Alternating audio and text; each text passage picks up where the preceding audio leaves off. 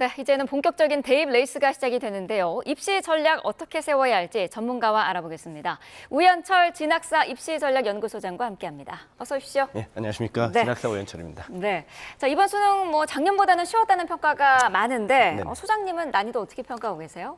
확실히 전년도 수능과 비교하면은 전반적으로 다소 쉽게 출제된 거는 맞는 것 같아요. 네. 근데 우리가 단 여기서 좀 알고 있어야 되는 건 어떤 거냐면 아시겠지만 전년도 수능이 국어, 영어, 수학 할 거 없이 정말 어려웠거든요. 네. 그러니까 상대적으로 전년도에 비해서 수월했다라는 의미이지 올 네. 수능이 절대적으로 쉬운 수능이었다라고 얘기하기에는 좀 무리가 있을 수 있을 것 같아요. 그렇군요.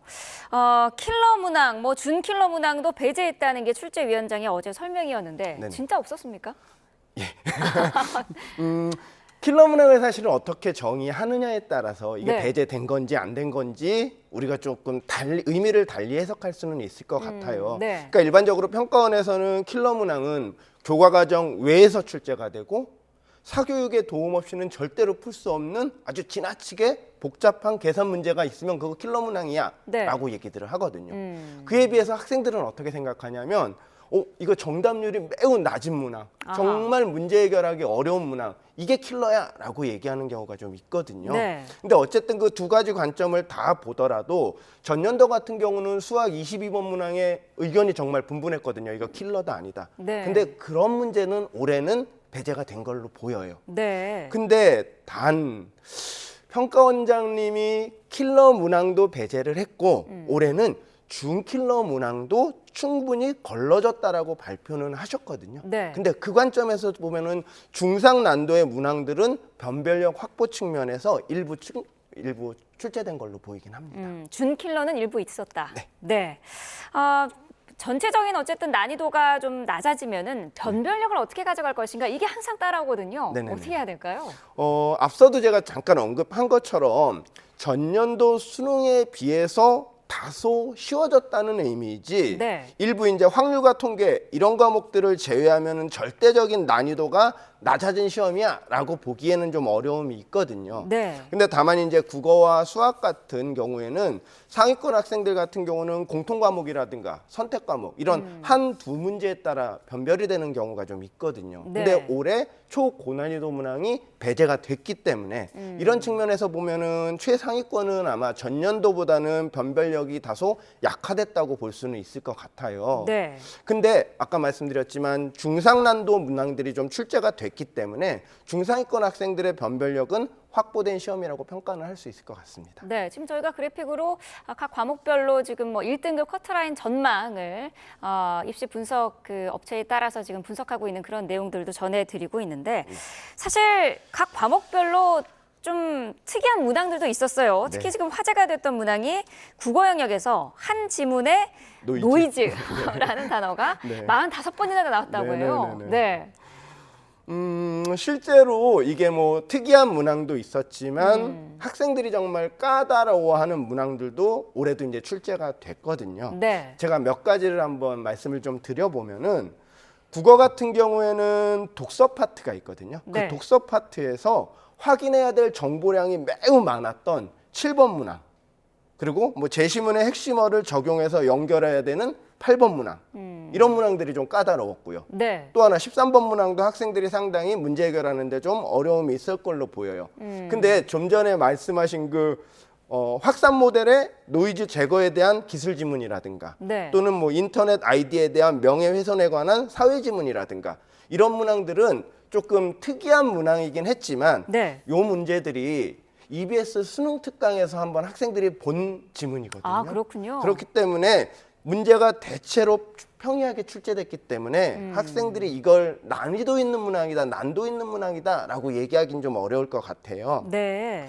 그 외에 이제 언어와 매체에서 그 중세국어 표기법에 관한 문항 이런 것들이 조금 학생들이 좀 어려워했을 걸로 좀 보이긴 하고요. 네. 영어 영역 같은 경우는 예전과 동일하게 빈칸 추론 유형인 32번, 33번 그리고 순서 배열인 36번 그다음에 문장 삽입과 관련된 문항인 38번 이런 문항들이 좀 어려운 문항이었다라고 판단이 됩니다. 소장님 설명을 들어보니까 좀 이번 수능 어려웠을 것 같기도 한데, 네, 수학 영역에서도 좀 어려운 문제들이 있었다고요. 네, 그러니까 실제로 공통 과목 같은 경우는 조금 쉬웠거든요. 전반적으로 전년에 비해 쉽게 출제됐는데 그럼에도 불구하고 공통 과목에서도 삼각 함수를 이용해서 삼각형의 넓이가 최대가 될 조건을 파악하는 뭐 14번 문항이라든가 또는 뭐 20번 문항 이런 문항들이 좀 학생들이 해결하기에 좀 어려움을 느꼈을 걸로 보이고요. 네.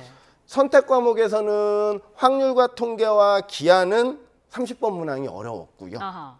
미적분 같은 경우는 28번, 29번, 30번 문항이 아마 까다롭게 느꼈을 텐데 특히 30번 문항 같은 경우는 삼각함수를 구하고 함수의 성질을 이용해 또 값을 구해야 되기 때문에 상당히 미적분에서는 30번 문항이 상당히 학생들이 까다롭게 느꼈을 개연성이 높습니다. 네. 자, 어쨌든 수능은 이제 끝이 났고요. 수험생들 이제부터 그 지원 전략을 짜야 되는데 가장 먼저 뭐부터 해야 될까요? 당장 우리 학생들이 가장 먼저 해야 될 거는 가채점을 이제 했을 거예요. 신속하게 가채점을 했기 때문에 네. 이를 통해서 내가 수능 최저 충족 여부를 먼저 좀 판단을 해야 돼요. 네. 수능 최저 충족 여부를 판단해서 당장 이번 주 주말부터 있는 논술 전형이라든가 또는 이제 면접 전형에 응시할지 말아야 될지 응시 여부를 가장 우선적으로 해야 될 것 같습니다. 아, 그렇군요. 이제 뭐 바로 말씀하신 것처럼 주말부터 이제 대학별 고사도 시작이 되는데 논술이나 면접 지원한 학생들은 준비를 어떻게 해야 될까요? 일반적으로 많은 전문가들이나 저도 마찬가지고 수능 최저 충족 여부하고 관계없이 논술은 한번 가봐. 면접은 한번 가봐. 이게 경험상에서도 네. 한번 가보는 것도 나쁘지 않아라고 얘기들을 하거든요. 네. 근데 어쨌든 논술의 경우에는 대학별로 논술 출제 기조라든가 유형이 좀 정형화가 돼 있거든요. 네. 그렇기 때문에 학생들은 좀 이를 본인이 지원했던 그 논술 보는 대학 이를 빠르게 좀 판단하고요. 네. 그리고 나서 기출논술이라든가 모의논술을 통해서 준비하는 게 가장 좀 바람직하다고 보여지고요. 네. 면접 같은 경우는 대부분이 학생부 종합전형 면접이거든요. 네. 학생부 종합전형 면접은 서류 기반 면접이라고 해요. 아. 그렇기 때문에 다시 한번 본인의 학생부를 꼼꼼히 살펴보고요. 네. 예상되는 질문 리스트를 작성하고 친구들하고 모의 면접 연습 그걸 하는 게 가장 바람직하다고 보여집니다. 만약에 나 뭐 수시는 뭐 안 하겠다, 정시를 좀 지원을 해보겠다 하는 학생들은 뭘 준비해야 될까요? 만약에 내가 정시를 지원하겠다. 수시는 뭐 이미 나는 뭐 교과 전형이나 이런 전형에 썼기 때문에 네. 뭐 준비할 거는 딱히 없는 것 같아. 네. 이런 친구들 같은 경우는 지금 요 시기에 가장 우선적으로 해야 될 건 모집 요강에 대한 꼼꼼한 분석, 면밀한 분석이 필요할 것 같아요. 네. 특히 올해 같은 경우는 다양하게 변화된 점이라든가 변수가 상당히 많거든요. 네. 그렇기 때문에 학생들 같은 경우는 이런 뭐 수능 반영 영역별 반영 비율이라든가 뭐 가산점이라든가 이런 점들이 있기 때문에 네. 본인이 목표로 하고 있는 대학의 모집 요강 이걸 네. 좀 꼼꼼히 체크할 필요가 있을 것 같습니다. 이번에 특히 변수가 많다라는 부분을 지적을 해주셨는데 그중에 가장 핵심적인 게 N수생의 응시율이 21년 만에 가장 높았다는 그 점이거든요. 네네. 높은 이런 N수생 비율이 영향을 좀 줄까요? 이게 조금 의미에 따라 좀 다를 것 같아요. 네. N수생이 역대 최고였던 전년보다도 올해 2042명이 더 늘어났거든요. 네. 근데 이 늘어난 이유는 아마 의대 증원에 따라서 합격 기대 심리를 갖고 있는 자연계열 최상위 학생들이 증가한 것에서 기인했다라고 볼 수 있을 텐데요. 네. 근데 단순하게 많은 분들이 이런 얘기를 하세요. N수생이 증가했다. 그럼 재학생보다 N수생이 유리할 거야. 그렇죠. 아무래도 시험을 봤던 친구들이니까. 그렇죠. 네. 근데 일반적으로는 그렇게 보는 경우도 있어요. 근데 다른 관점으로 올해를 보자면 올해 재학생 증가도 정말 많았거든요. 아하. 올해 재학생이 전년도에 비해 14,000명 이상 증가를 했어요. 네. 그럼 재학생 중에서도 분명히 성적 좋은 친구들이 있을 거잖아요. 그렇기 때문에 단순하게 이분법적으로 N수생이 증가했기 때문에 재학생이 불리하다라고 볼 건 아니라는 거죠. 네. 그래서 최상위권 뭐 N수생이 됐던 뭐 재학생이 됐던 본인의 성적에 따라서 최선의 전략을 좀 수립한다라고 한다면 네. 아마 긍정적인 효과를 얻을 수 있을 것 같아요. 알겠습니다. 뭐 최상위 학생들도 있을 것이고 중상위권 학생들도 있을 것 같은데 각자 어쨌든 자신의 점수에 맞춰서 전략을 짜야 되지 않겠습니까? 네네네네. 어떤 전략들이 필요할까요? 올해는 뭐 어떤 전략이라기보다는 어떤 변수에 따라서 내가 거기에 맞춰야 되는지가 좀 더 중요할 것 같아요. 네. 최상위권 학생들 같은 경우에는 일반적으로 의대 증원이 가장 핵심일 것 같거든요. 네. 의대 증원, 인원 증원이. 그래서 의대 증원에 따라서 최상위권 학생들 같은 경우는 조금 어떤 의대에 지원할지도 좀 고민을 해봐야 될 거고요. 그런 네. 전략을 좀 수립해야 될 거고요.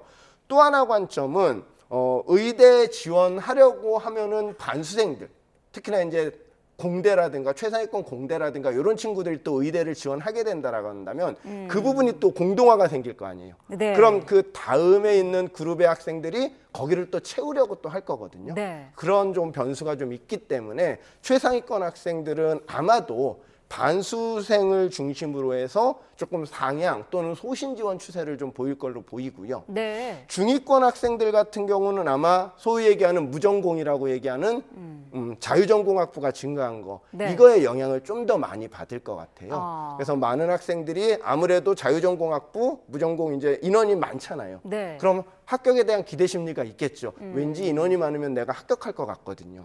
그래서 중위권 학생들도 마찬가지로 조금 소신 또는 상향 지원을 할 개연성도 있고요. 네. 반대의 경우에는 자유전공학부가 늘어나면서 기존에 학과로 선발했던 그 학과 인원이 정말 크게 감소했거든요. 아. 그러니까 예를 들어서 뭐 국민대 같은 경우는 기계공학과 같은 경우는 전년도에 50명을 뽑았는데 올해는 네. 10명밖에 선발을 안 해요. 네. 이런 식으로 또 학과에 지원하려고 하는 학생들은 또 모집 인원이 너무 많이 줄었기 때문에 네. 그런 학과는 또 기피할 수도 있거든요. 그렇기 때문에 중위권 학생들 같은 경우는 요 무전공, 요 전공 자율 선택제라고 하는 요 무전공이 아마 지원 여부 또는 전략을 수립할 때 키가 아닐까 싶습니다. 네. 시험은 끝났습니다만 입시는 이제부터 시작인 것 같네요. 네네. 수험생들 끝까지 힘내시기 바랍니다. 우현철 진학사 입시전략연구소장과 함께했습니다. 고맙습니다. 네, 감사합니다.